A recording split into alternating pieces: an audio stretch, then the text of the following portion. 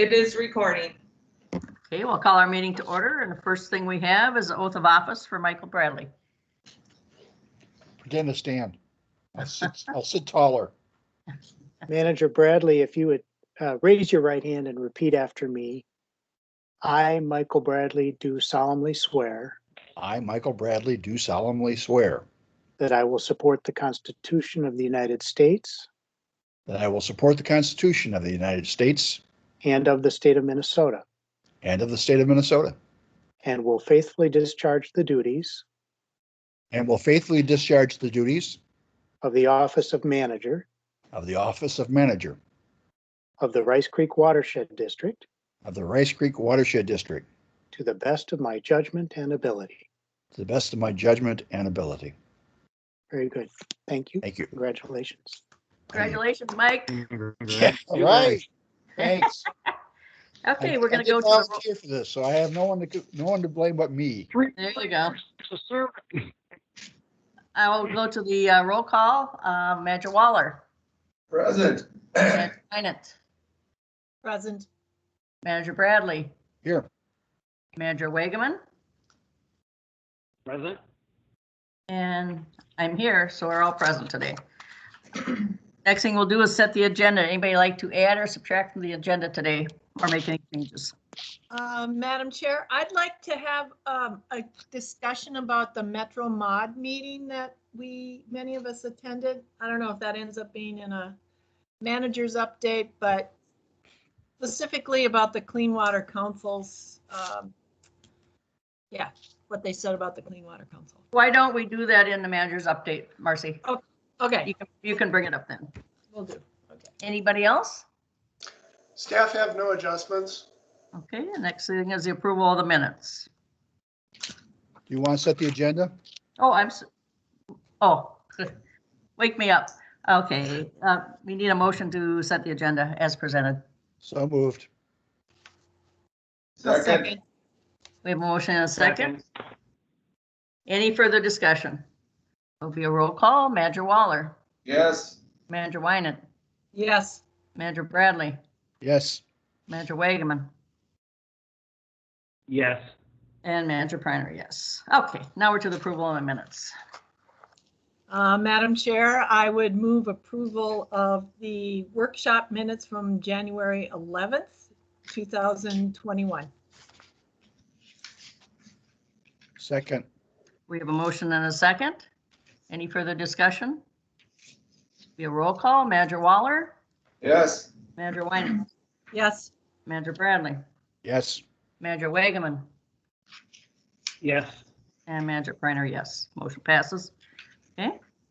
And Madam Chair, I would move the approval of the minutes of the regular board meeting on January 13th, 2021 with an addition on the very last page. In manager's update, I would like the name of the someone inserted.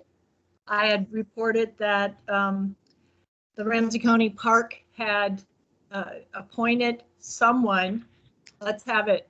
Michael Schroeder is his name.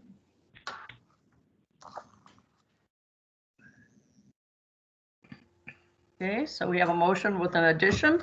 We need a I'll second. second that. Okay, we have a motion and a second. Any further discussion? Roll Be call. good, President Priner, it'd be good to put out, mention the line number for that. Oh. I'm not immediately seeing it. Sorry, line 387. Thank you. Yep. Okay. Okay, Manager Waller. Yes. Manager Wynant. Yes. Manager Bradley. Yes. Manager Wagaman. Abstain. I was gone from that meeting. Okay. And I approve, so motion passes. Consent agenda. Anybody have anything on the consent agenda they'd like to pull out today and have any discussion on? Well, Madam Chair, without taking a lot of time, could Patrick just quickly go through you get an application from the university, from Bethel University. they bring in their engineering report, then we have Chris and his team look at the engineering report and then we approve. Patrick, if you could just do a quick step-by-step reminder for me and the rest of us, how these permits get to us. Sure, Manager Wynant, the rest of the Board of Managers. Yes, so we receive applications from the landowner specifically, and they typically have a consultant team that they work with. When we have these applications that typically come before the board, a lot of them have stormwater management. So there's the civil plans and the HydroCAD reports and everything that the applicant and their team design for their project. Staff does the internal review to make sure that we have those specific documents that we're looking for, a complete application. And then typically Houston does the in-depth stormwater review. We go through any back and forth that's necessary. We ask for a specific lead time ahead of board meetings. So if Houston's finding that some things are insufficient and more detail is needed, we can reach back out to the applicant and their team to work out those details before doing our write-up and presenting it before the board for conditional approval. Okay, so what we're seeing right now on this consent agenda are applications that we're approving with some additional information that will be required before they get their final. Correct. Yep. Correct. There's a few conditional items that they'll need to supply to us before we can grant them the permit and they can start construction. Right, as opposed to the emails we get from Kelsey and other staff that those permits are complete and ready to go. We don't need to see them on this list. Not necessarily. Some of those are also, I can explain that a little bit as well. I think most of those are also conditional approval and they have to supply those few items. The distinction comes in, I think it's resolution 2017-23. It talks about which rules and which portions of rules are delegated to the administrator to make that approval as opposed to the Board of Managers. Right, thank you. Thank you. Yep. And it also appears like we are looking, especially Mike in Ramsey County, at any remaining land for development. I mean, as I'm looking at these permits, it's getting filled in quickly. Gee. Yes. Yes, yes. Okay, thank you. Well, with that, I would, how do we do this? I'd move to approve the consent agenda as outlined in the above table of contents and according with the Rice Creek Watershed District's engineers' findings and recommendations dated January 19th and 20th, 2021. Second. We have a motion and a second. Any further discussion? Any further discussion on any of the permits? Okay, we'll call for a vote. Manager Waller? Yes. Manager Wynant? Yes. Manager Bradley? Yes. Manager Wagaman? Yeah. And Manager Priner, yes, so the motion passes. Okay, the next thing is open mic. Is there anybody in the audience that would like to speak to any item on the that is not on the agenda today? Anybody in the audience? Okay, hearing none, we're going to continue on to the board election of officers. Madam President, I would move that we reappoint the existing officers for another one-year term. I will second that. Okay, we have a motion and a second. Any further discussion? Madam President, I've always suggested for the last few years that we implement a program of rotation of these officers.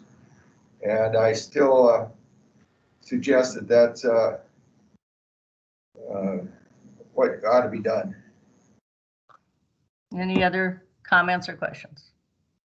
No. Madam President, I would just like to, this is Manager Wagman, I would just like to reiterate that I still like to be able to vote for who I think is the best for the position, not just a rotating. We're not here just so everybody gets a turn. We're here to do the people's business, and I think we should be able to pick whoever we think is the best for the position to get. That's just my I opinion. absolutely agree. I've never appreciated Pat more than the few times I've had to step into her shoes. She does, I think, a wonderful job. What size of shoe do you wear? Maybe, You're stepping away. maybe that's my problem. Your shoes are too Yeah. small. Anyway, so that enough said. Okay. All right, with that, we're going to call for a vote. Manager Waller, No. Manager Wynant, Yes. Manager Bradley, Yes. Manager Wagaman, Yes. and Manager Priner, yes, motion passes. And thank everybody for your vote of confidence. Appreciate it. Okay, the next thing we have is the City of Mounds View. Kyle, I believe. Yes, Madam President, members of the board, following up from our previous discussion at the workshop on this issue, we have a request for the board to consider a 12-month extension to City Mounds View's 2016 grant agreement for the Lambert Avenue Storm Sewer Extension Project. Again, we're basically allowing the city and the private landowner where the project was constructed more time to allow the city to obtain a perpetual drainage and utility easement over the project area. Again, the project has been constructed, but there have been some delays with the private landowner and their subdivision of the property. Again, this would be a third and, as previously stated, final amendment to the grant agreement. This has been going on for a number of years, and the intent that was voiced at the workshop and how the amendment document has been drafted is that this would be a final amendment. No additional extensions would be allowed if the city is not able to obtain the easement that they're required to obtain at the end of the term, which would be December 31st, 2021. Then the grant agreement would be terminated and the city would need to return funds already received under the grant. Madam Yeah, Chair, as discussed in the workshop and with the knowledge of Mounds View, knowing what those conditions are, I move for that we approve Amendment 3 to the 2016 Urban Stormwater Remediation Program Cost Share Agreement between Rice Creek Watershed and the City of Mounds View. I will second that. I would second that. We Let have a Steve motion. have it. There you go. Second, Manager Bradley. Further discussion. Yes, the reason that I had suggested that this be a final, and of course we can always look at it again, is that if there's other people waiting for grant money and we're holding this money for 3-4 years, I don't think that's for the rest of communities. However, they can come back at any time and reapply, or we can certainly work with them. So it wasn't that I didn't want to give it to them. I just think we should open up our money to the other communities if they need it. Well, Madam Chair, the other question I would have is, was this not included in the first agreement, or it seems like the timing was off on this? So hopefully the watershed and communities have learned from this one of everything that needs to be assembled prior to the grant. Madam President, if I may, Go ahead. yeah, so this one, I think the grant agreement was fine originally. It was, I believe, an original 2-year term, and the challenge is that the city moved ahead and built the project on private property without getting the easement first, and the landowner has some leverage now. So it's that type of situation. So, and an admitted error by the city in the past. Just trying to be flexible and allow everybody to work to hopefully a resolved condition here soon. So. Okay, thank you, Kyle. Any further questions? We will call the vote. Manager Waller, Yes. Manager Wynant, Yes. Manager Bradley, Yes. Manager Wagaman, Yes. and Manager Priner. Yes, motion passes. Okay, next. Yes, President Priner, Board of Managers. The next item is the medical leave update for board review. You'll recall that this came to you via email as private, personal, and medical data. And so we have to be sensitive to this type of information. It does allow us some discussion, provided we're careful in that manner. There is a proposed motion on page 64 of your packet that would be consistent with the memo that was sent to you. I would just say that this, the additional time doesn't cause me undue concern for the district and its operations. Yeah, I'll entertain a motion. Madam President, I move to approve an extension of medical leave pursuant to the terms of Administrator's Memorandum of January 20, 2021. Period. Second. We have a motion and a second. Any further discussion? Madam President, in my work experience, it's not uncommon to see men that I worked with be off maybe 5, 6 years. I can remember one as many as 9 that were on disability leave, came back to work. So I don't think this extension is extreme or out of anywhere out of the norm in my work experience with so that's all I had to say about it. I definitely support it. Okay. Any other comments? Hearing none, we'll call. Madam President, I would just, this is, that's okay. I don't Go have. ahead. It Go ahead, doesn't matter. Steve. Go ahead. Well, I was just going to say that I think we should afford Tom every opportunity and do everything in our power to try to get him back to work if at all possible. And at this point, I don't think there's anything we can do till we see a medical report. And so I think we're moving forward in the proper manner. There's not much we can do till we got some kind of medical report that allows him to work. So hopefully we can get it resolved in his favor. Okay, anybody else? That's it. Thank you, Steve. Okay, we'll call the vote. Manager Waller? Yes. Manager Wynant? Yes. Manager Bradley? Yes. Manager Wagaman? Yes. And Manager Kreiner, yes. Motion passes. Thank you. Make sure to let Tom know. Check register. Madam President, I move to approve the check register dated January 27th, 2021 in the amount of $242,410.70 prepared by Redpath and Company. Second. Motion and second. Any further discussion? Manager Waller? Yes. Manager Wynant? Yes. Manager Bradley? Yes. Manager Wagaman? Yes. And Manager Kreiner, yes. Motion passes. Okay, items for discussion. Kyle is up. Yes, Madam President, members of the board, just for discussion today, we are here to present a proposed modification to the intake of the Golden Lake Iron Enhanced Sand Filter Project. This is a project owned and maintained, operated by the City of Circle Pines. You may recall back in, what year was this, 2017, the city, working with the Anoka Conservation District, received nearly $500,000 Clean Water Fund grant from Bowser to implement this project. At that time, the city requested a urban stormwater remediation cost share grant from the district to help with local match for that project, and we awarded $50,000 in funding through that grant program to help out.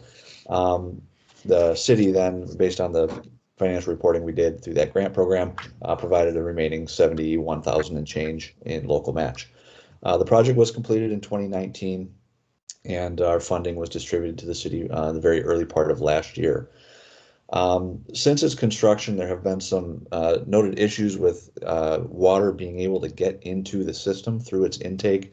The location of the intake has proven to be problematic. I'll bring up a map here. Bear with me a moment. share my screen. And what I'll be sharing is the actual proposed project plans that the city has developed for this modification.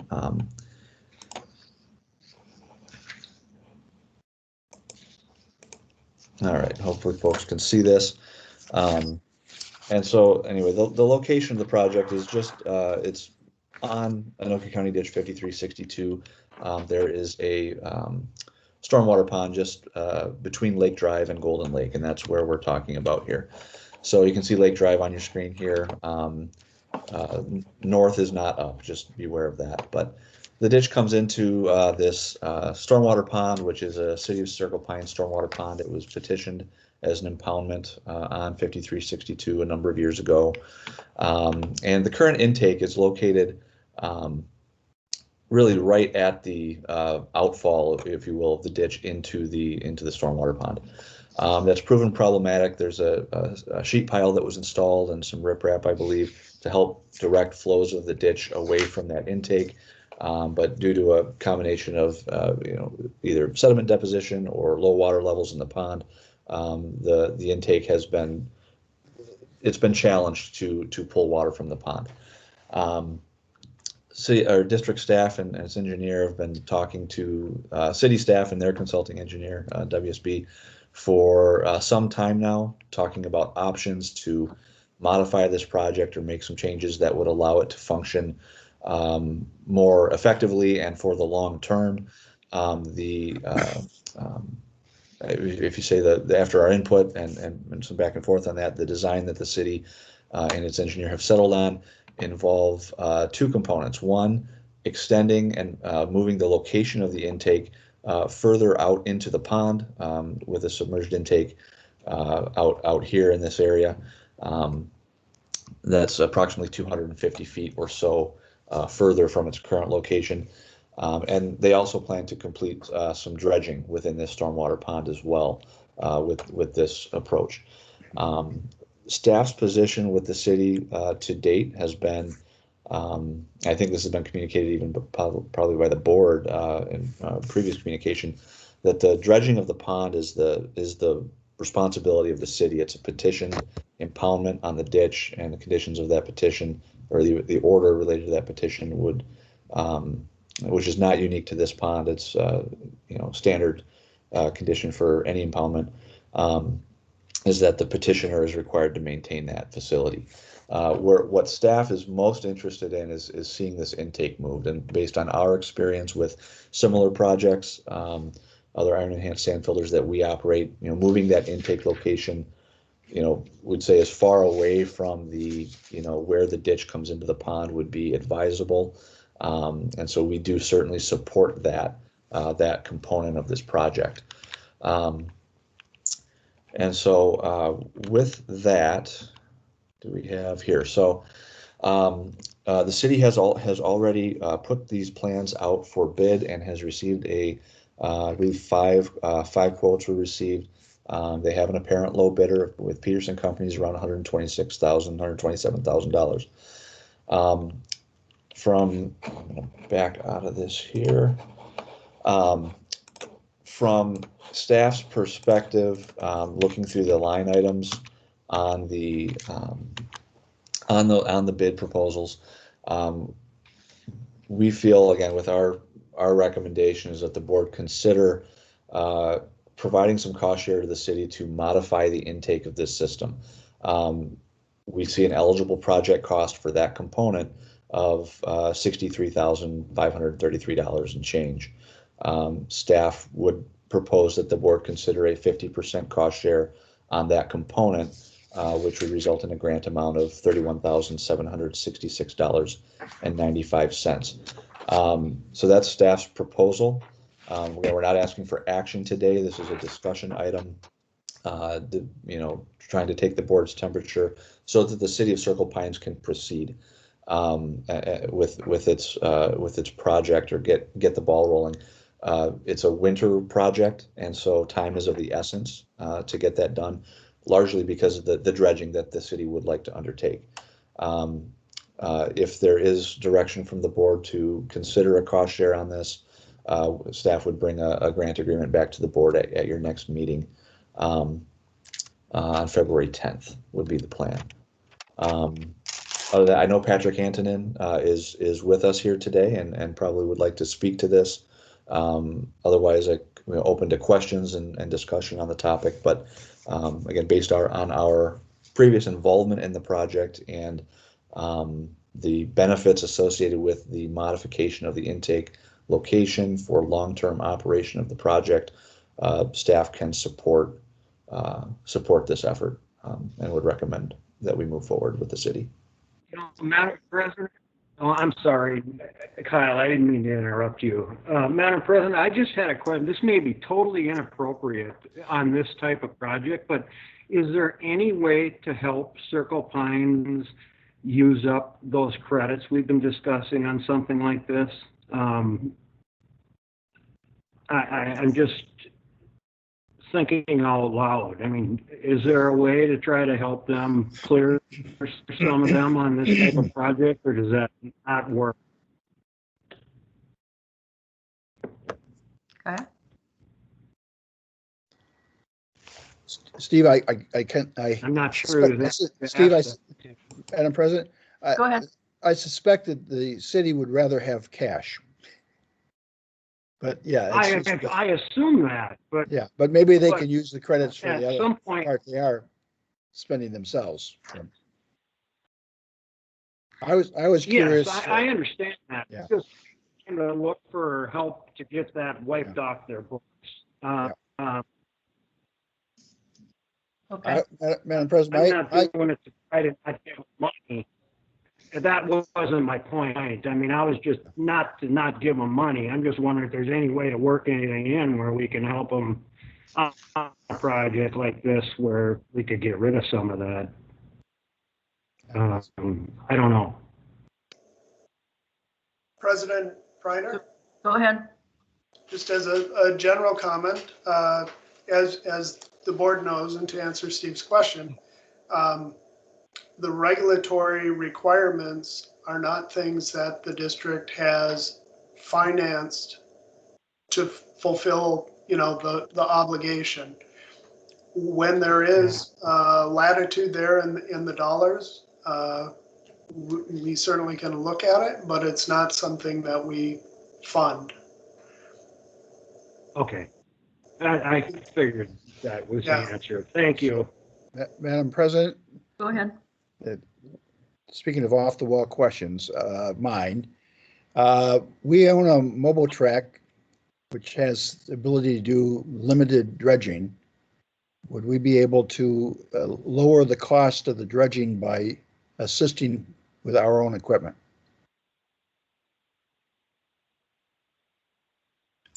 Oh, Madam President, Go ahead. I can probably answer that. So, Manager Bradley, I think that the Moby track in a case like this probably wouldn't be the correct tool for the volume of dredging that they'd be looking at in this location. I think if it was a matter of just removing some of the sediment from the channel upstream of the pond, then that would be something where the Moby track would be more suitable. But the magnitude of what they're intending to dredge would not be accomplished efficiently with the use of the Moby track. Thank you. Okay. I do have a question as far as the design then. Who, I assume we approved the design? Chris, would that have been you? Or didn't we actually approve it? They just did theirs. Madam President, so we haven't given an approval to this design. I have taken a look at the design overall in general as far as reasonableness and from perspective of does it generally make sense as a solution that is beneficial to the use of the district's dollars with regard to cost share? And from that perspective, yes, it looks reasonable and something that would be useful in making the project beneficial, but we haven't done a full review of their design.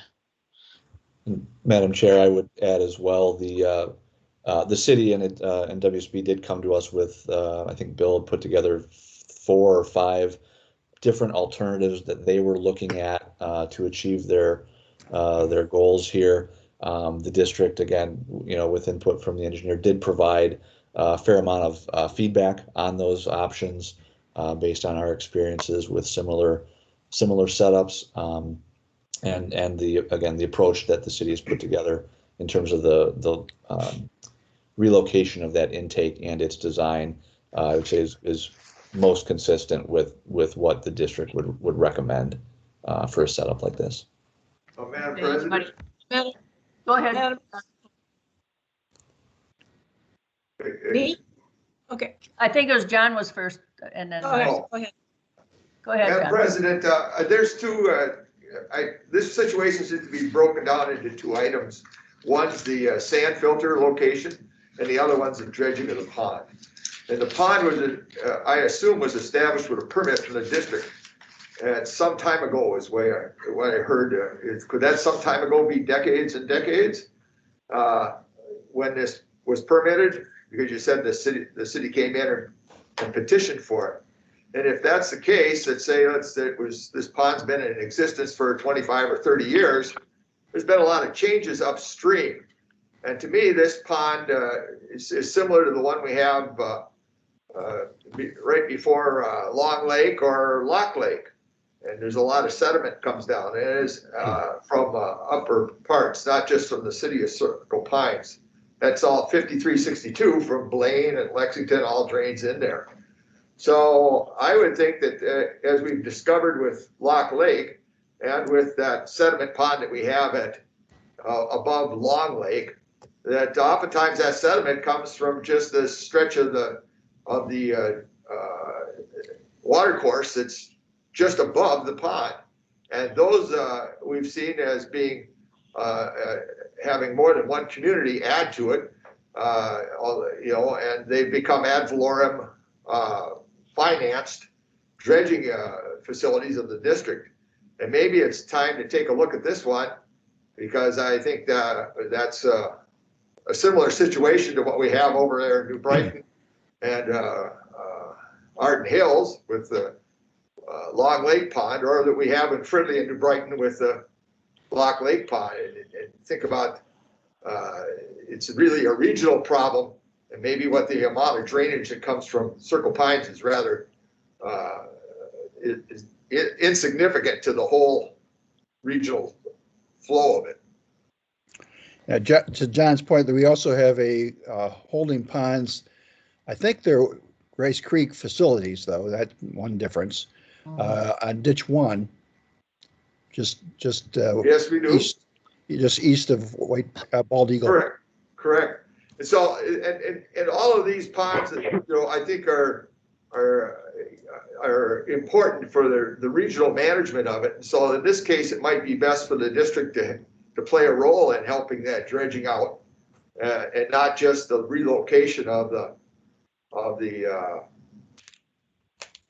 sand filter. I would suggest that the city pay the sand filter and the district pay the dredging. Okay, Marcy? Madam President, I don't necessarily just. Oh, I'm sorry, Marcy. I forgot you had something to say. Go ahead. Okay. So 2 things. One is, how do we actually come to a conclusion on this? If this is just discussion, will we see this next week, or how that works? And then the other question is, the recommendation is the 31,007 something. Where does that money come from? Is it? Through the grant? Go ahead, Kyle. Madam President, Manager Winan. So as far as the process, again, your first question, given the timing of this, and it's now that plans have been out for bid and all that, it's happened very quickly. So we wanted to bring this again to the board's attention today for discussion, as we're doing, to get a flavor for what the board is thinking, hopefully have some sort of a consensus to move forward. And the staff would at that time then prepare a grant application for consideration at the next board meeting. But mainly the purpose of this is so that the city can understand where the district sits and begin moving forward. It's quite likely they may have to execute a contract with the contractor ahead of February 10th to get this project done this winter. So they've got a quick time frame. And related to the funding, where the funding would come from, the district does in its 2021 budget have some funds in its Golden Lake Water Management Project fund. It's 60-10 in our budget. Originally, those funds, we had contemplated the potential for an alum treatment on Golden Lake this year. So we're not at the time when we developed the budget aware of this particular project, but it's all related. The alum situation doesn't seem like it's moving forward immediately. And so we do have some of those funds that we could use toward this project. Okay, thank you. President Preiner? Okay. Oh, wait a minute. Steve was next. Just to follow up on Marcy's. Okay.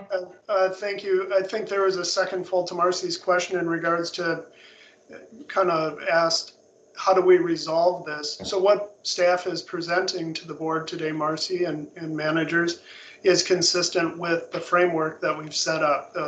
That's largely in our watershed management plan. There's a vetting mechanism of what is a district facility and what is not, the way we've proceeded with our public drainage systems, et cetera. And there's discussion here about charting a new course or looking at other avenues, and we would have to make those adjustments. Thank you. Thank you. Manager Wagaman. Okay, thank you, Madam President. I don't necessarily disagree with Manager Waller on that, on the more that we do take over of the drainage system, the more control we do have over the timing and function and all of that.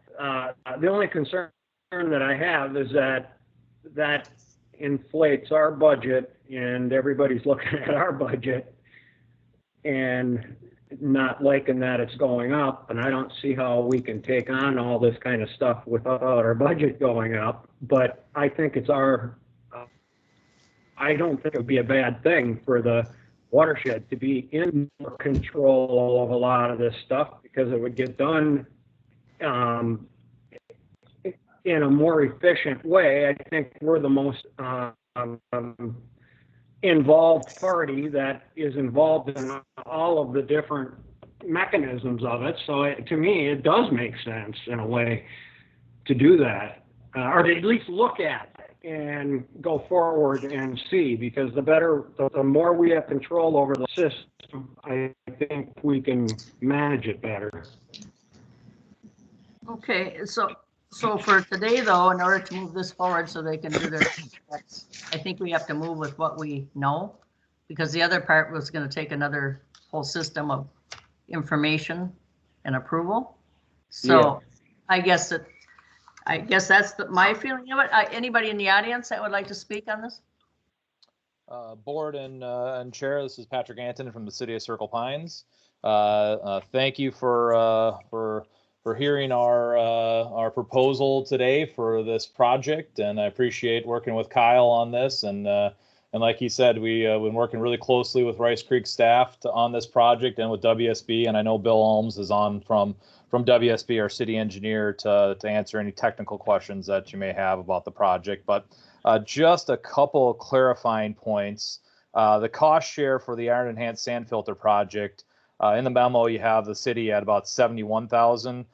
We're well over that. We're approaching the $200,000 mark for the city's cost share on the project due to the different construction overages and everything else associated with the project. So we're well into it, over 200,000. So the city has bellied up to the bar and is definitely pulling our weight on this project to make it work.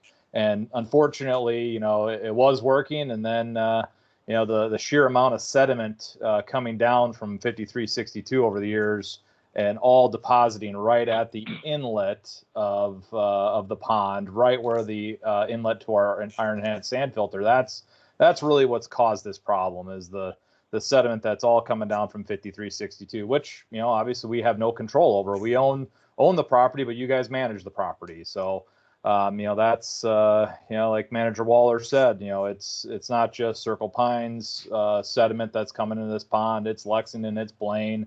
I think the area coming into Golden Lake is what, 6,000 acres or something like that. So it's a large area that's coming down into this pond.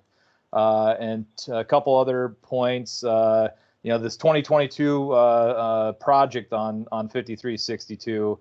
We are dredging out, right at the inlet of the pond, and I'm very worried that once we do this and the 2022 project comes through, we're going to have one heck of a new sediment delta that's going to form shortly after the 2022 project's done. So we'll have to really revisit, that at this point with looking at your Lock Lake and Long Lake situations that you've had in the past and how you've dredged out those ponds for New Brighton, Fridley, and who was the other city that has one of those, but Arden Hills. So we definitely would like to see a cost share with this project, because we honestly don't have the funds set aside to pay for this entire project. So a cost share would be in the best interest of the city on this one, and we look forward to however much possibly you can cost share. The more the better, because I think we have about 70,000 budgeted in our stormwater fund for pond maintenance projects, and this is at 126,000, so we're definitely going to be over budget. And like I said, we've put a lot into the iron enhanced sand filter. The state put in 400, we put in 200 or so, and you guys put in 50. So we're into the project for a significant amount, and I want to see it succeed just like you guys do. So. If you have any questions, I'd be happy to answer them, and definitely Bill Alms is here from WSB to answer any technical questions. Any questions from the board? Madam President, Go ahead. maybe I can help clarify a couple items related to Lock Lake and Long Lake sediment basins. As Manager Bradley indicated, those are district facilities.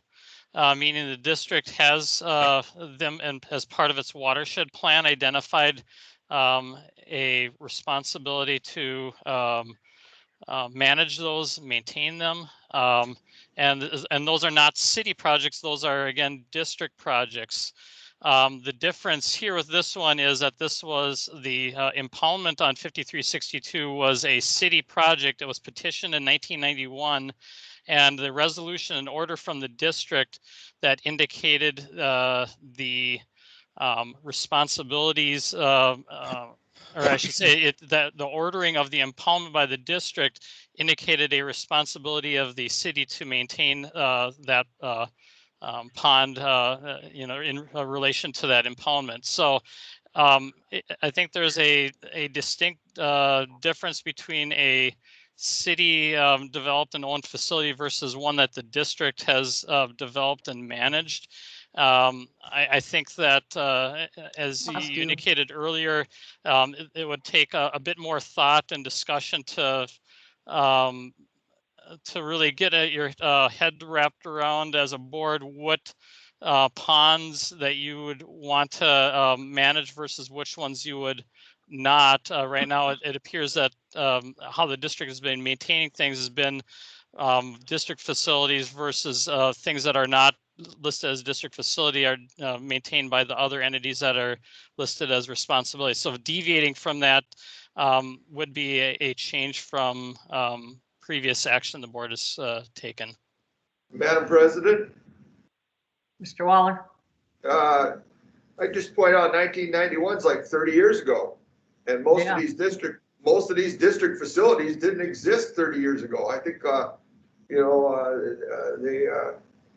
especially some of these stormwater pond issues.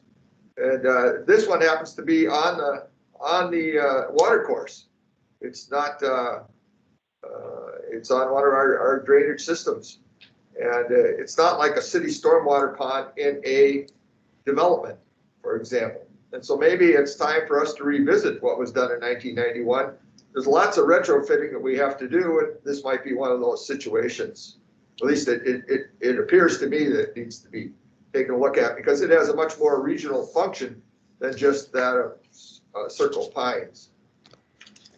So, President Madam President, following your lead on this thing, I would like to see us move forward with the staff's recommendation, but bring back for a future workshop analysis of what would be a good policy with regard to situations like this. And maybe John Kolb should attend that meeting in terms of, we could ask questions like, what is our responsibility for the downstream effect of our facilities?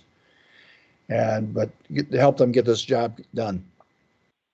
Nick, you had a comment? President Priner, Board of Managers, I was just going to recognize the division that was noted. This is on the public drainage system. The other two facilities that were noted are on natural waterways, and hence the order that Chris noted as to the maintenance and that sort of thing. Manager Bradley is correct. Our watershed management plan has a developed vetting tool, if you will, in the way that we would consider what is a district facility and not. And so we would be looking to adjust that or consider it. In the moment, I would believe there's any number of ponds out there. This might be a large undertaking for the district, and how we might ramp it up or otherwise if we decide to go to that way. So noted, and for me, I'll look to assemble our team for maybe a future workshop item. Okay, so what we need today is a consensus to move forward with our grant. Is everybody good with that? Any other comments on that? One quick one, Board of Managers. If you want the pond, we'd be sure glad to give it to you. So we can talk about that.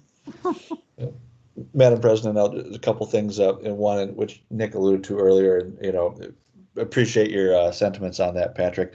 While this is one regional pond in Circle Pines, if the board does take a different approach on how it recognizes these types of larger ponds, that would have wide-ranging implications across the entire watershed in multiple municipalities, and as was mentioned earlier, large implications on the district's budget. So keep that in mind. However, what I am hopefully looking for, and I think for Patrick's benefit as well in the city today, some consensus, if you would, on what components, amount of cost share, things like that, so that I can move forward in drafting an agreement. Again, the proposal that I have is 50% of the intake modification components, which is $31,766.95. If there is any additional considerations the board would wish to make, this would be a good time to let me know. Okay. Madam Chair, as long as we're talking about this, how is the ditch cleanout going, Kyle? I guess I haven't had an opportunity to drive by there. That would be an Ashley question, I believe, or maybe Nick could weigh in on that. I haven't been working on the JD3 project. Okay, thank you. Okay, so we have a consensus to move forward, and what amount would anybody like to do? Staff's recommendation. Staff, yeah. So it'd be $31,766.94. Yes, Yes. if it's in the budget, Okay. we have it. I think that's your answer, Kyle. Consensus to move forward with the amount suggested. Okay, Thank you. thank you. Okay, City of Forest Lake presentation. Yes, President Priner, this morning we have Tim Olson with us, who will provide a presentation on the JD4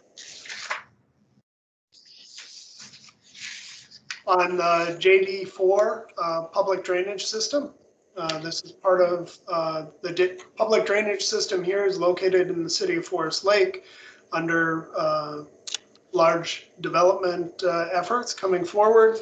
And the study is something that the district offers to our municipalities for this impending development and Also redevelopment, like you're looking at down in some of the western parts of the district. So we'll have Tim give us a presentation of where they're at. Like I said, you did cost share on this, and this is the value that the district gets from those shared funds. Tim, are you with us? Yes, I'm here. Yes, I just will warn you, I had some issues with audio this morning, so if anybody is having trouble hearing me, please let me know. Madam President, Board of Managers, Rice Creek staff, thank you so much for the invitation this morning. If you don't mind, I'm going to share my screen so I can run through just a few slides, and I'll try not to make this too painful. Hang on one second. Okay. Thank you, Nick, for the introduction. Yeah, my name is Tim Olson. I've been working with the City of Forest Lake now for about 7 or 8 years, and we've had some really great and successful projects in partnership with Rice Creek. So on behalf of the city, thank you very much for that partnership. This is another just really great example of the work that we're doing there. Today I'll just give you a little bit of background. You know, we'll talk about the current future land use and in the context of the of this project, and then we can talk about how we're starting to prioritize projects within the JD4 watershed based on how development is occurring. This map of JD4 here shows the different branches of JD4 that we're working with, as well as JD2. I will just mention, and I'll try and bring this up again, but in the northern part of this sub-watershed where we see the most active development, you can see a lot of the thin black lines or parcel lines. That's all active development in the headwaters area north, maybe over the last 25, 30 years. And there's something like 40 or 50 stormwater ponds within this view. So the city's traditional approach to stormwater management is to have that be on an individual basis. We're trying to move more towards a regional approach. One, to reduce the amount of individual maintenance that's required in these subdivisions, but also to maximize flood benefit, water quality benefit throughout, and maintain natural drainage. So that kind of puts some more context into what's happening. You know, you can see just over the last 20 years what's happening in the headwaters area. Based on these photos, these historical photos, there's some joint concern here between Rice Creek Watershed District and the city regarding active development along JD4, how we systematically transfer those portions of the public drainage system to the city of Forest Lake. Portions of JD4, the main branch, have already been transferred to the city. So making sure that we're keeping that in mind as development occurs along the main branch, and then also the other branches, and ultimately JD2 as well. Again, we're looking at some proposed development in the headwaters area right now. There's been some active development happening. The city owns a portion of this area south of Headwaters Parkway and east of Fenway. There's a large parcel there. There's been some active development planning happening there too. So we understand that this planning tool and this continued conversation, not only between the city and Rice Creek Watershed District, but also with developers, that partnership is really important because we know that we need to reduce flooding, maintain and manage the amount of discharge leaving the city of Forest Lake's borders, and moving downstream into the rest of Rice Creek Watershed. Looking at a regional management approach, enhancing water quality where we can, restoring wetlands and maintaining wetlands where we can. And then, again, the city has a goal of reducing maintenance long term, because they have quite the stormwater system in place already to manage as an MS4. Currently it's primarily agricultural land uses here. There is some park, an open space, a golf course. There is some single family residential, as I mentioned before, in the northern portion, with some commercial industrial development too. This is the 2030 land use map that we're presenting here right now. We'll talk about 2040 land use here in a minute. But as we know, in the city of Forest Lake, they're challenged with very clay soils with very high groundwater. Just looking at some of the statewide information, these soils are all very poorly drained. This map is very busy, but it's kind of on purpose to show the complexities of what we're seeing in terms of NWI, in terms of wetland management corridors established by Rice Creek Watershed District, looking at hydric soils or soils that are conducive to wetland development. And this is going to be a very challenging corridor to manage stormwater on top of the other complexities from the natural systems perspective. We also have some defined FEMA floodplains in this area too, and current development in the headwaters area has started to work around those floodplains already. So that's very well known to developers, and something that has to be managed here and maintained throughout. This is the future land use, so we're seeing less agricultural development that will start to transform itself into more mixed residential and commercial industrial uses. The Fenway corridor and sort of that area east of 35 of the interstate, is meant to be commercial long term. I think that's very long term. The more active development is happening in this TAN area, this low to medium density residential area. The thing that I really appreciate about this particular map and the planning and the vision from the city of Forest Lake is that preservation of open spaces and understanding that connectivity between open space, park space, and the residential mixed use development that's happening around it is very important. I will also note that there's a red hatch on the map. I'm not sure you'll be able to see my cursor, but I'm going to circle it. Hopefully you can see that. There's a red hatched area here south of Headwaters Parkway, east of Fenway. There is a comp plan amendment happening right now with that area. So this map isn't perfectly accurate at the moment, but there are some different development activities potentially planned in that area. So again, we have active development happening right now, and the need for this, this regional approach and understanding how those required stormwater facilities fit into that regional approach is very important. So, again, we're trying to really shift the mindset here. JD4 presents a really unique opportunity to manage greenway corridors. Historically, these are open channel flow areas that maybe have been converted to tile or have been heavily impacted by land management activity. And we can work with that from a stormwater perspective by managing greenway corridors. And so we're trying to create some open channel connectivity between wetlands. Maybe some of that is piped, but we can manage water at the surface, really control flooding. We know that this whole area is going to really function as one giant level pool. It's very flat. So as water starts to flow into these areas, it's basically just going to rise and fall kind of all at the same time. We can work with that by establishing greenway corridors and other regional flood control features. We can also start to look at the residential areas and really start to encourage low impact development, looking at narrower streets, looking at preservation of greenways along right of way.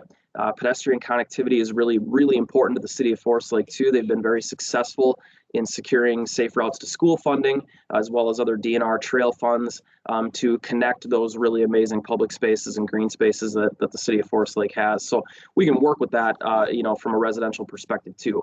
We're really more focused on these greenway corridors than we are the individual residential pieces, but understanding that stormwater management is not only required by Rice Creek when that development occurs, but really important from a regional perspective for the city of Forest Lake. Okay, so again, we're shifting this mindset. We're looking more at open space planning. I've kind of talked about this stuff too. We also are taking some great notes from the city of Hugo, the neighbors to the south, regarding their ability to capture stormwater and reuse for irrigation.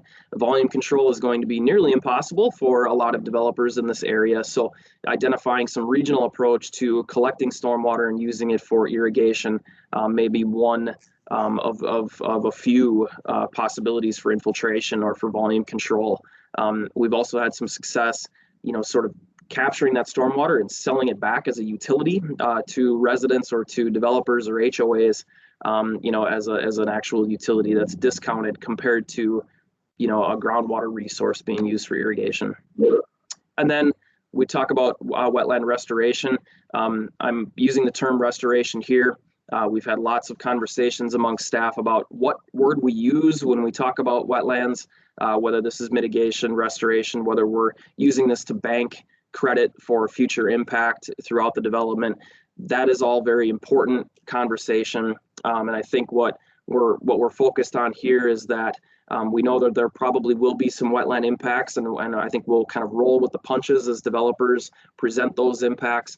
But we're really trying to make sure that water quality, required treatment, required stormwater management on the developer's perspective is very separate from any other regional mitigation approach or greenway corridor that would be above and beyond that minimum requirement. So we'll use the term restoration. Nick and Chris, you can certainly correct me if I'm wrong and hold my hand as you've done the past several months through that conversation. And we can open that up here too in a little bit, but regardless, just trying to make sure that we're creating that separation.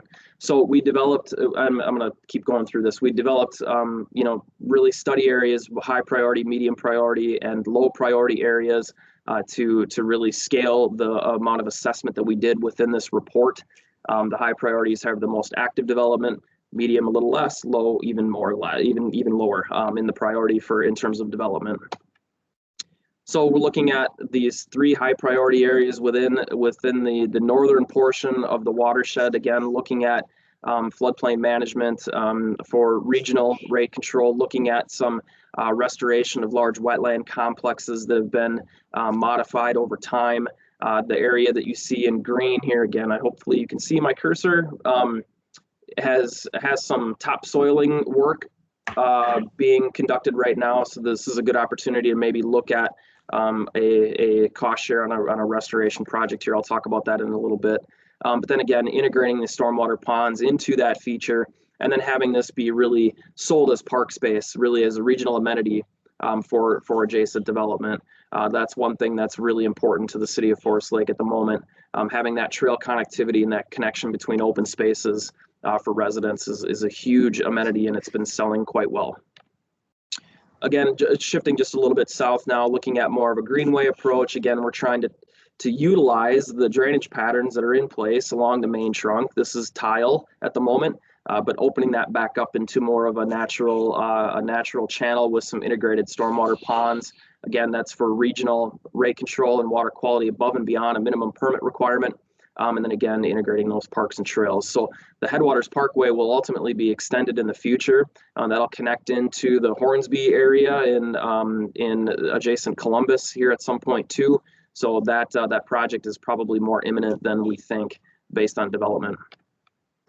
Here's that large area east of Fenway, again, a higher priority area. I think we've got some opportunities to restore some wetlands here. Bolton and Mank helped the city with a large wetland delineation in this area in preparation for some development activity in this location. But again, trying to integrate stormwater ponds at a regional level and integrating wetlands. The important part here is that we have a very small outlet across Fenway. And the goal would be to keep the water on the land, manage it in those locations without having to increase the infrastructure to convey water downstream. So we're looking at some pretty large results here too in terms of reduction in discharge rates into the headwaters of the remainder of the Rice Creek system. Okay, so the medium and low priority areas we kind of lump together, but I'll show some maps here too. We're looking at some large, lake restorations, if you will, or large wetland complexes. The city really likes that as an idea for a regional amenity, making sure that those park spaces are all integrated. Again, identifying locations, ideal locations for greenway corridor reestablishment.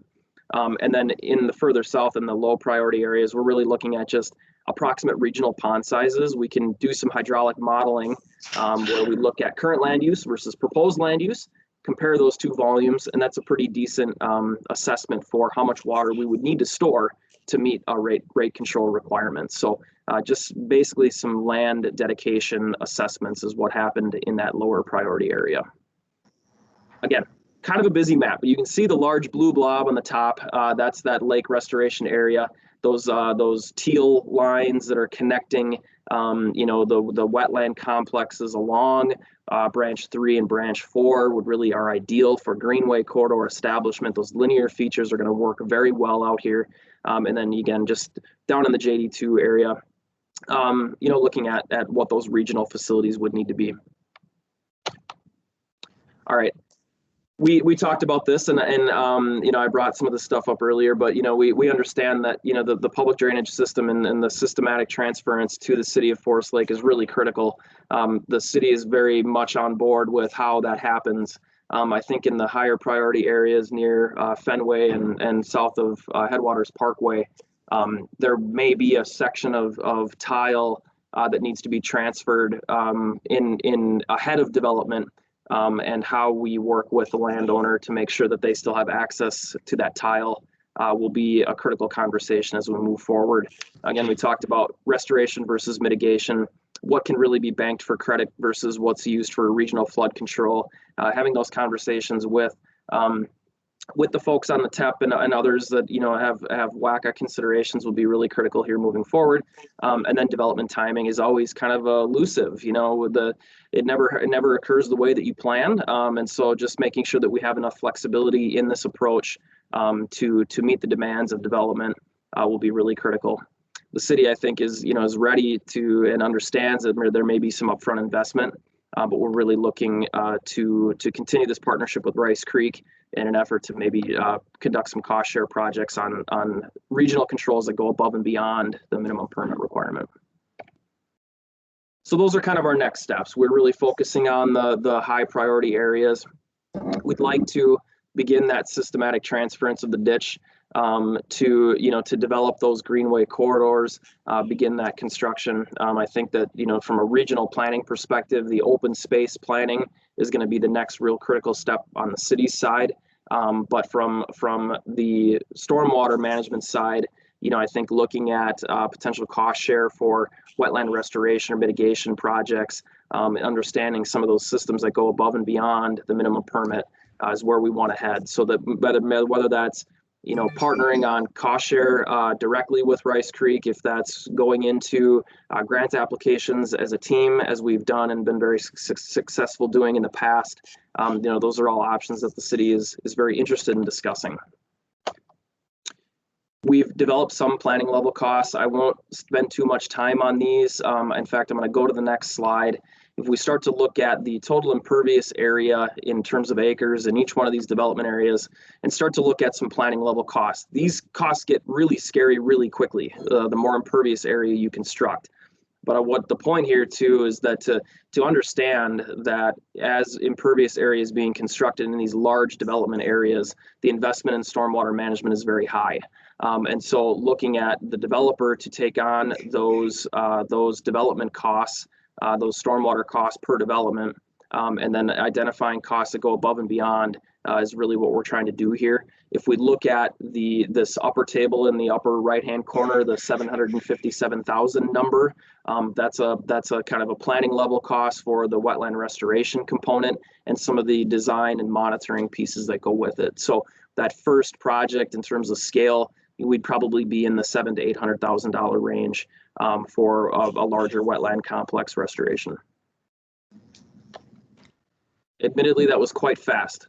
I did that on purpose so that we could open it up for discussion. So I'm really happy to answer any questions or open up that discussion. Okay, thank you, Tim. Thank you. Good. Why don't we President Kreiner? let's take the screen down so we can. Sure. Thanks. There we go. Oh, cute. Hi, it's me. Are you seeing my family? Yes. Okay. There. Sorry. I thought it went back to me. My apologies. That's my family. I can see why you're proud of that. So. Sorry about that. President Kreiner, just as a quick summation, I would say, of everything that Tim shared, and certainly Tim and Chris can chime in here as well. As you know, the district's management of water, stormwater, has very much to do about the conveyance of it and the storage of it. The regulations that the district has in place put a certain level onto the development of property to need to be done, but that's a portion of the story when you get to a regional level. The more development you have, there are still the convergence of these flows that could be hotspots or problematic. So here, the study looks at those regional implications, and for us to address those future needs as multiple developments come in and define that storage area to balance that water management and create it on the landscape. We need storage in order to deal with development. How'd I do, Otterness? Chris? I think you summed it up very well. And I'd like to follow up. I think that Tim and his group that he's working with and the city have all done a great job with developing this plan. I think it's a very good first step in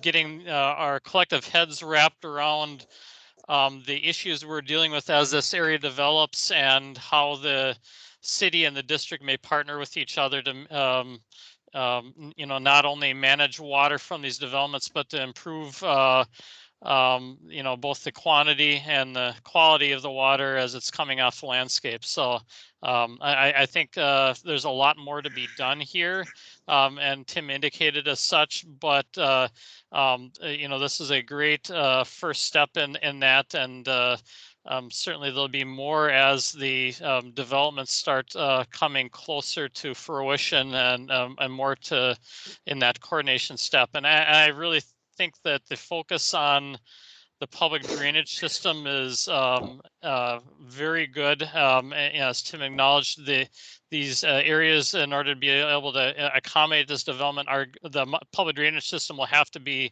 modified, and the city's acknowledgement and that its role in being transferred these systems is necessary for this. I think it's good to get that sentiment determined up front here, and so we're on the same page with that, and certainly there'll be more details with that as we see those developments coming in.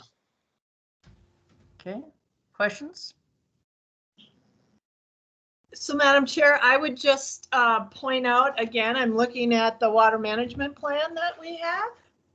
And remember this one?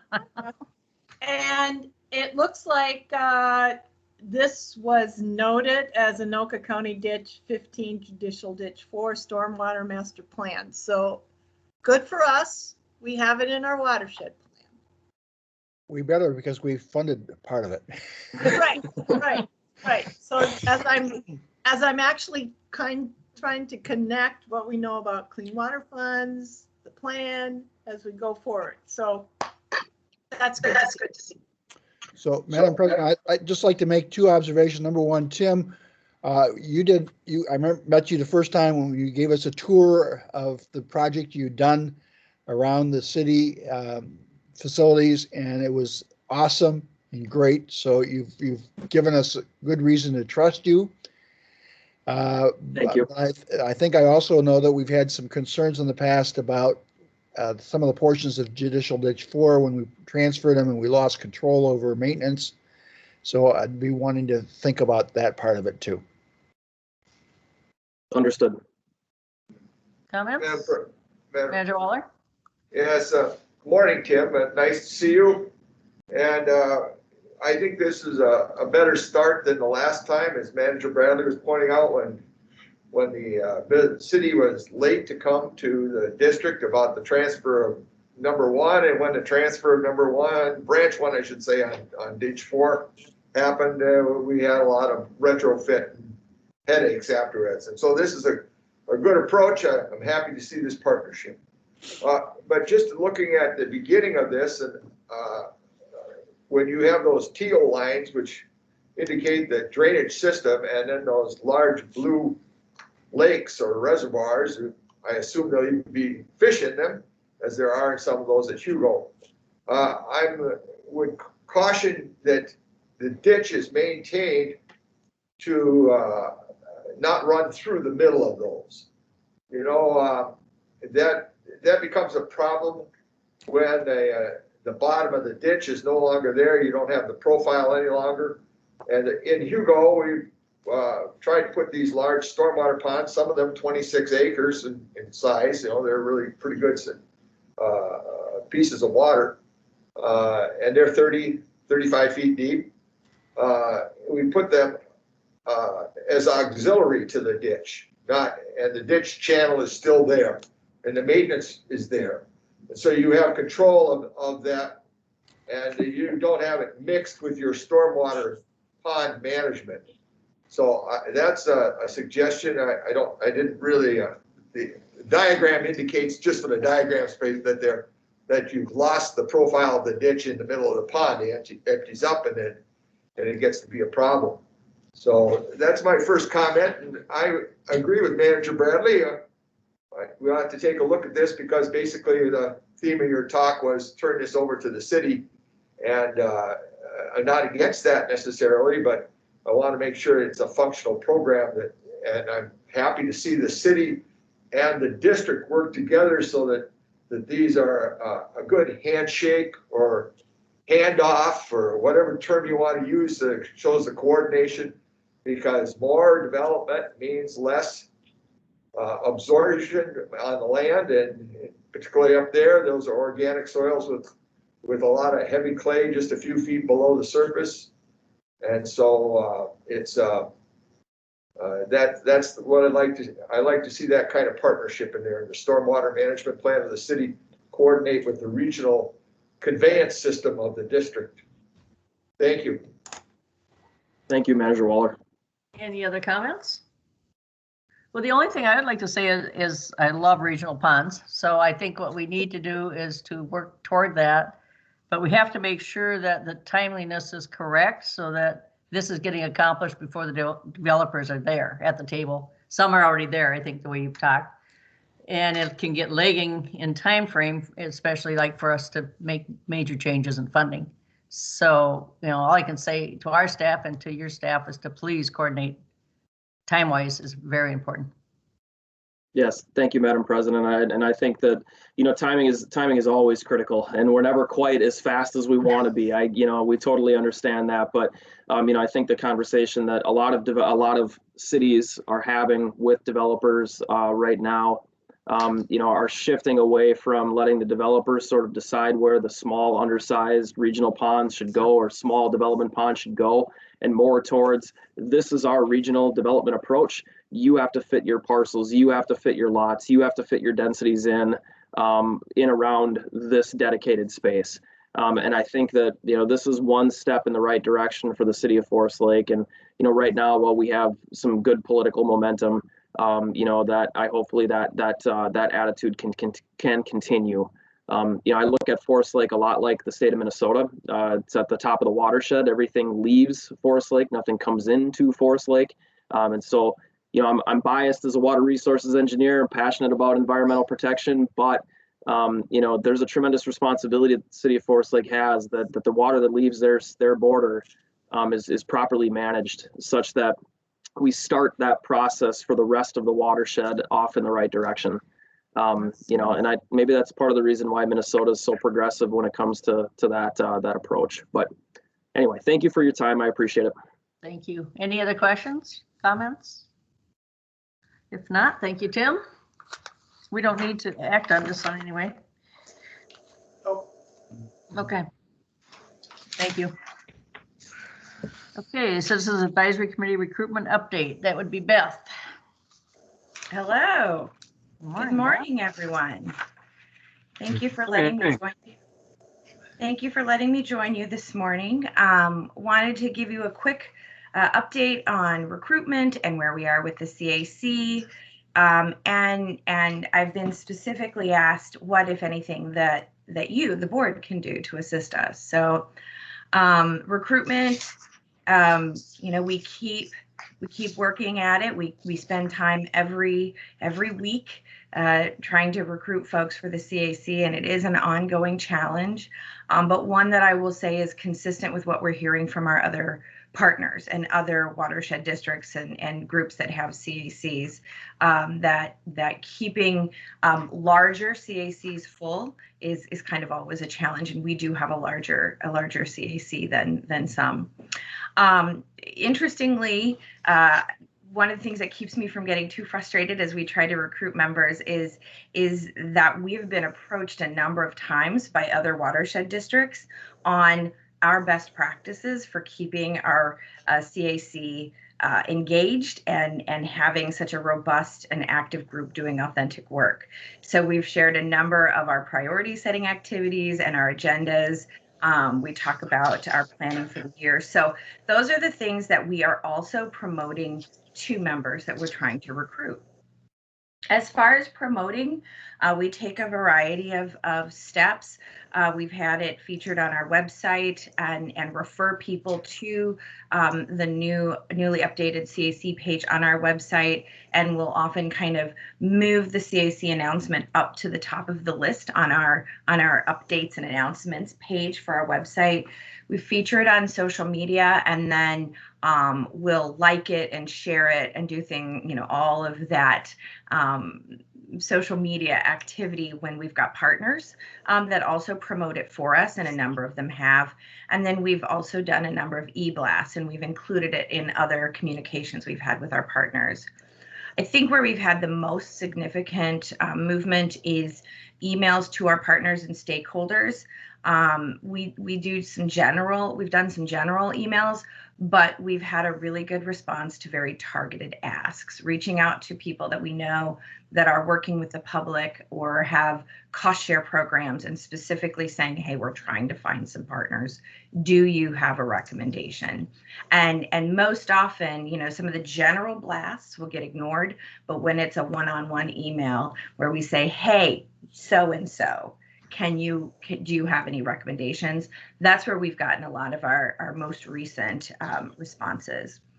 Marcus Green is now helping me kind of with making the contacts so that we are kind of following up on recommendations. There's a lot of emails and phone calls that we've had, and I'll be real honest, we've been told no a lot for a variety of reasons.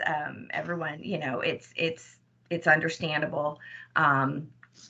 One of the most recent no's we got was from someone who was very interested, except for he works for an organization whose board meetings are the same night as our CAC meeting. So he would have to miss over half. So got to understand that.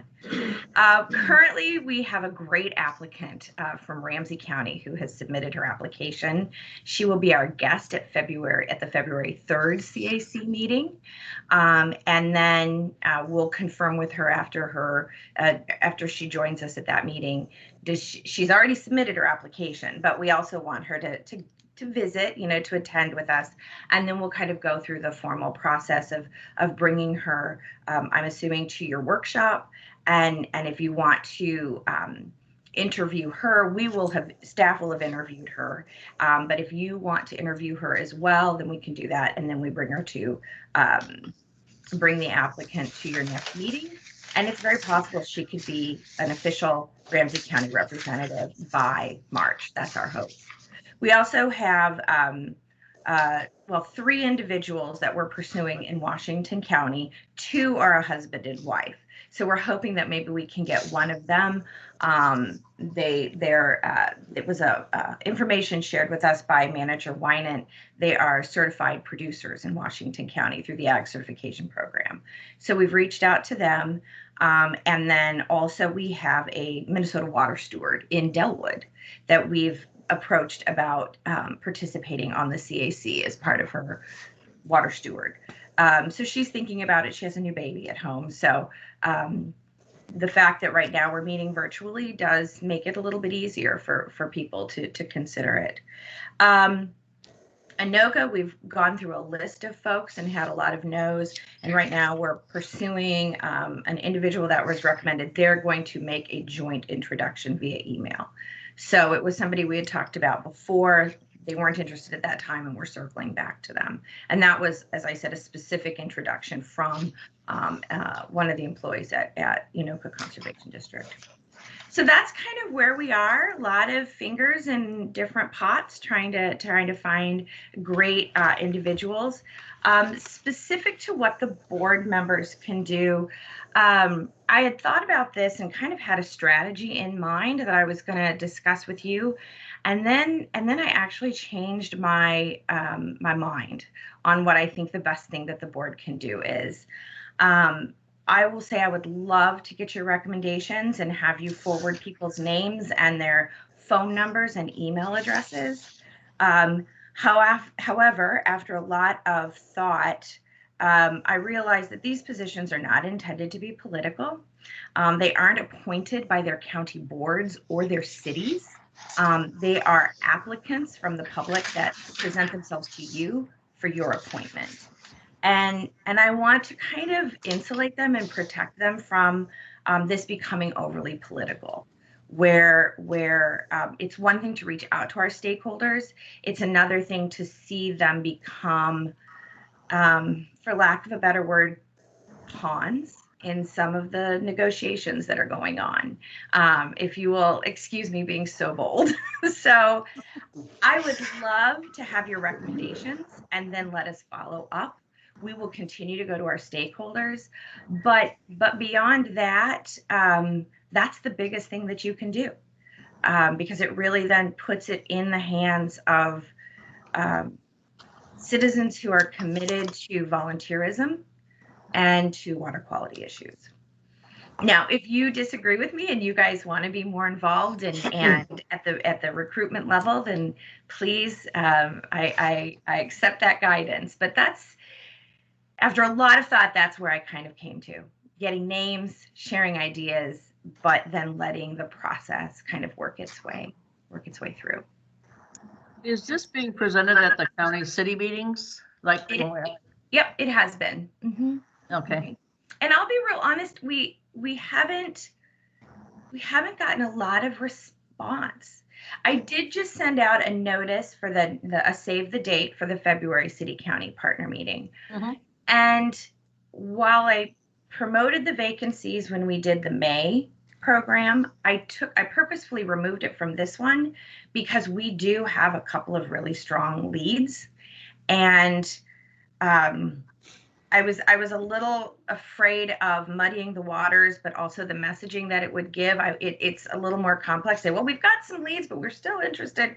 And so I kind of kept that out and thought when we were planning on during the city county partner meeting to have a program updates, and we would give an update, because I believe that we'll even have at least 1 or 2 new members to share, that we can say we've got these 2 new members and this is where our vacant seat is. So That's good. and keeping in mind, we haven't had a vacant seat in Anoka in a long time. So so for us to have 3 folks that we're talking to in Washington County is awesome. And I think the Anoka County position will fill itself fairly quickly. I'm surprised it's been this difficult. Well, the whole times are kind of difficult for everybody, so Mm-hmm. maybe that's part of it. Mm-hmm. So Madam President, Go ahead. just a comment, I listened to you, Beth, talk about water quality, but I didn't hear the word water quantity. And oftentimes what's most important here is to make sure the conveyance system works. And sometimes that's, to me, people think that those 2 things are in conflict. And their emphasis is basically on how do I get my water quality fixed, or how do I do this or that, and not necessarily how does this stormwater move out of the system so that we can have development and flooding and prevent flooding and that's the primary mission here. You know what? That's just a comment. That's all I'm making as you work on your recruitment program, that to emphasize that side of the work here at the district. You know what? Absolutely. And I'm going to fall on my sword there. That was just an omission in the moment. We do actually take great care to talk. We usually phrase it as priority water issues and not water quality, because you're absolutely right. And I think if you especially in the last year and through the water management planning process, this CAC in particular has demonstrated their kind of robust understanding of the importance of the conveyance systems and quantity management. So you're absolutely right. And I apologize. That was my slip up in the moment. I went off script. Madam Chair? Go ahead. So thank you very much, Beth. We would recognize that trying to recruit people during normal times would be always difficult. During this last year's times is even more so. So thank you very much. I would just point out again that on the Citizens Advisory Committee, there's representation from all the soil and water, the 3 soil and water districts, and Ramsey County has been absent an official representative for well over 2 years, if not more. So having Michael Schroeder appointed by the Ramsey County Conservation Department / Park Department, former Soil and Water District department is a great addition. He actually lives in Mounds View, and he is a former elected Soil and Water District supervisor from Sherburne County, who has been moved here because of a job opportunity. So good. I'm glad that slot has been filled. And having one vacancy in each of the 3 counties again is no surprise. We still have 2 citizens from each of those 3 counties. So to your point, Beth, yes, this is a big advisory committee. And I think having just left that a year ago, I know that Beth and staff really, and the board of managers has been dependent upon the Citizens Advisory Committee to help with the grant applications and then the big heavy lift in the watershed management. So glad that you've got some warm bodies that are actually interested. And yes, keep us posted on this, because I think it's a great arm for us as managers to have, to be having the kind of input from the citizens. So thank you very much. And I think, as you know, the balance of the members are very interesting. We have people who are in the water management field, stormwater management field. And then we've got folks who are just very passionate, and it's a nice blend.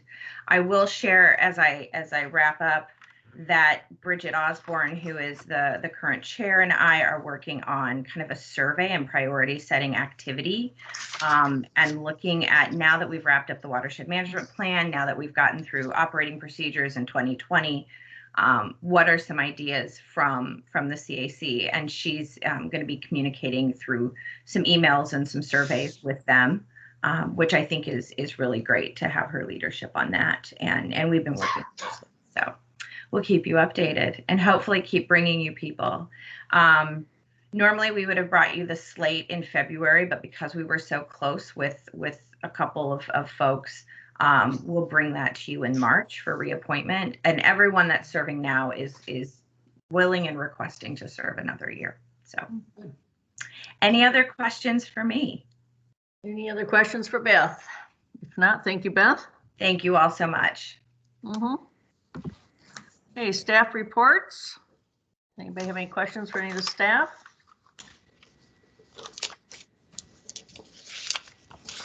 Anybody? If not, we'll go to the February calendar. Any questions on the calendar? Page 119. I'll just note today we do have the board retreat at 1 o'clock. Okay.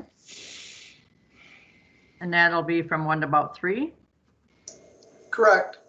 Okay, thank you, Nick. Okay, with that, that's fine. And then we go to administrator updates. Nick? As President Priner, Board of Managers, a couple items. We've entered into 2 task orders with Houston Engineering, one being on our ongoing boundary management, moving into the statutory process in the Anoka County. We've entered into a task order on CWPMP, that's the alternative local rule to Wetland Conservation Act, Comprehensive Wetland Protection and Management Plan. We're obligated to have annual reporting, and Houston helps us with that. You'll recall that the board directed for or looked for MOD to enter into a friend of the court on the Circle Pines appeal of the court decision. Lewis, maybe there's more of an update there. MOD did accept that and become a friend of the court. and I believe there were a number of other entities that expressed an interest. Yes, Madam President. The day of our last meeting that afternoon, the MAUD board did grant the request from the district to seek amicus friend of the court status. I believe it was yesterday or maybe the day before that Friday, the Minnesota Court of Appeals granted MAUD the amicus status, and the brief will be filed in early March. The city of Mounds View and the city of Hugo have both filed requests to be considered friends of the court, and those requests are pending. Okay, any questions for Louis? One last Go comment I ahead. might make. Sure. At the last meeting, the motion that Manager Bradley made directed that I confer with MAUD and seek their interest. And there was some possibility that the district itself may have an interest depending on how everything turned out. And my recommendation would be, now that MAUD has sought the amicus status and that has been granted, I don't think anything would be added by the district's participation. So I just wanted that to be clear. Madam President, Bradley. So I was the one who had considered that.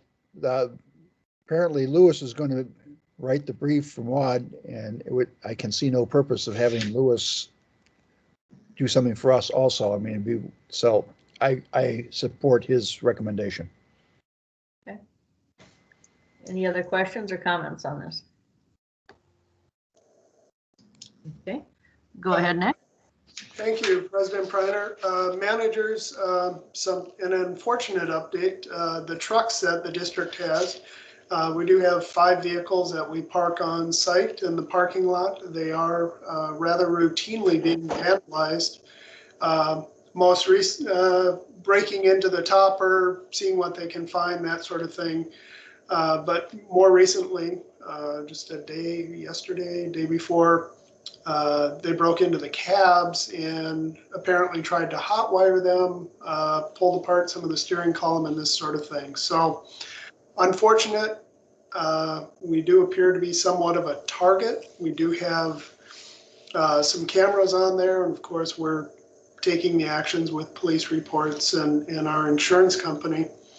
I am looking at the options of staff bringing these vehicles home. I've just had some dialogue with our insurance company, looking at alternative locations to park the vehicles, to move them out of the focus or the attention. So unless there's any concern, certainly would think or hope for your consensus to take those actions. Nick, what did the insurance company, we are covered, the insurance company? Yes, we I believe it's a $500 deductible on each vehicle. The current vehicle damage, we'll likely have to have them towed in and assessed. Those, some previous damage, 1 if not 2 of them are likely totaled out. Whether we repair them or not remains to be seen. The insurance representative agent for us, at first it sounded as though he needed greater detail on the alignment of the positions we have and the use of those vehicles for coverage off-site. But I have clarified that with him. Just got an email this morning, so we can look greater at that. Obviously, it wouldn't be allowed for personal use and those types of things. Any other As if you need anything else to deal with, Nick. On the scales of water quality and other issues, we seem to have more on the other issues side. Yeah, and the good water stuff. Well, I think it's important that we do find other locations, at least for a while, because they're just, it's a magnet, you know? So yes. I don't, if any of the employees can take them home or are willing to, that I think is a good solution, a part of it. I would agree. if they're willing to do that. If they're willing to do it, it's up to them, I guess. Yeah. And So- if it's covered Yeah. while it's in their garage. And Right, there's likely some conditions there, managers, off-street, not for personal use. Willingness is important, but then also availability. Obviously, we don't have 14 vehicles, one for each person. Anyone coming in, of course, hoping to have a vehicle available. So if we can have them closer at hand in an alternative location, maybe that's, kind of addresses that need. Yeah, at least temporary till we can kind of see what's, Yeah, okay. COVID perhaps is desperate times for folks. I do have some good news. Something you're certainly aware of is we did make a recommendation that Kyle Axtell be recommended for Outstanding Employee of the Year. He did not receive that award. However, Bowser did issue a very nice letter, short letter, recognizing his nomination.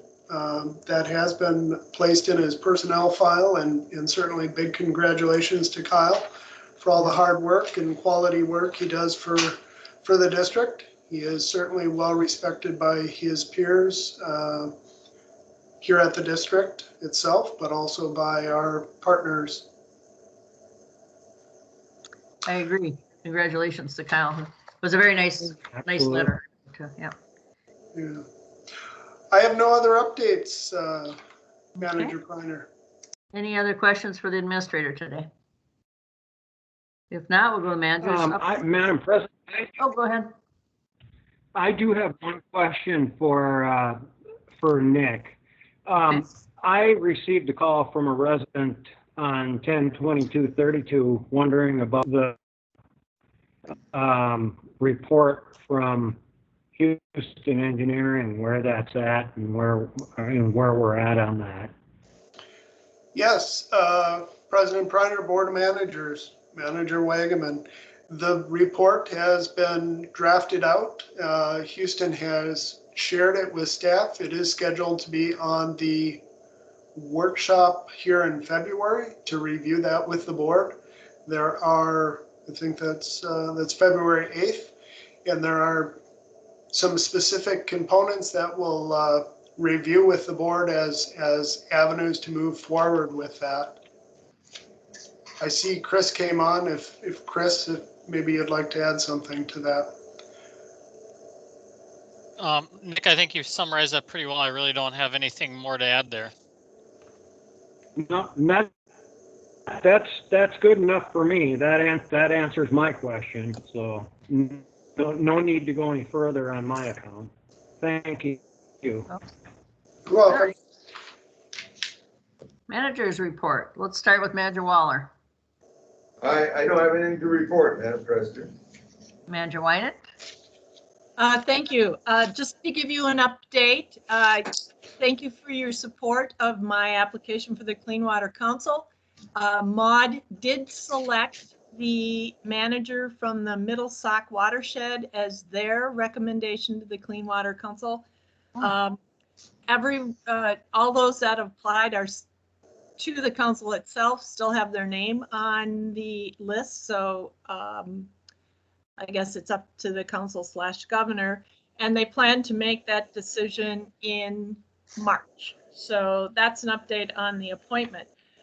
When we were on the Metro MAUD meeting last Tuesday, Emily showed a slide that I've been trying to find. So if anyone has access to that, I'd appreciate that. How the increase of money that goes to watersheds from the Clean Water Council will be escalating over the next 10 years or so, which is pretty significant and I would say sobering in many sense of the word. In this year's biennium, Bowser gets will be granted 50% of the clean water funds, which is well over $108 million. Of that, almost half of it, if I'm understanding this correctly, is going to watersheds for projects.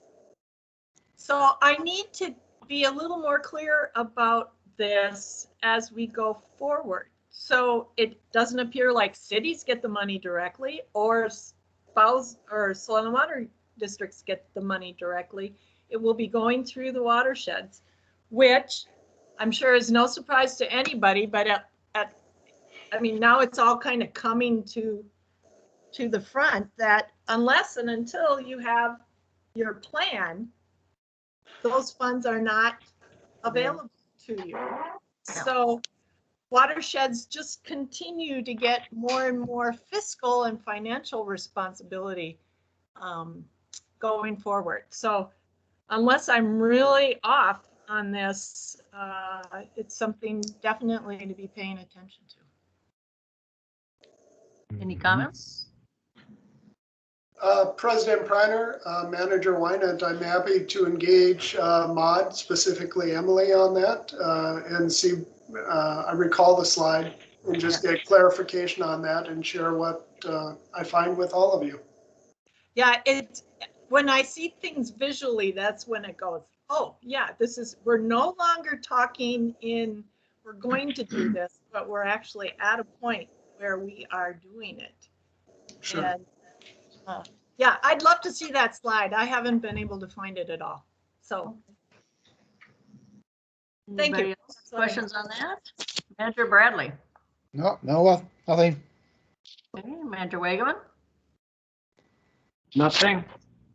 And I have nothing new to report, so we'll need to entertain a motion to adjourn. Well, I do have one question. Think about it. Oh, go ahead.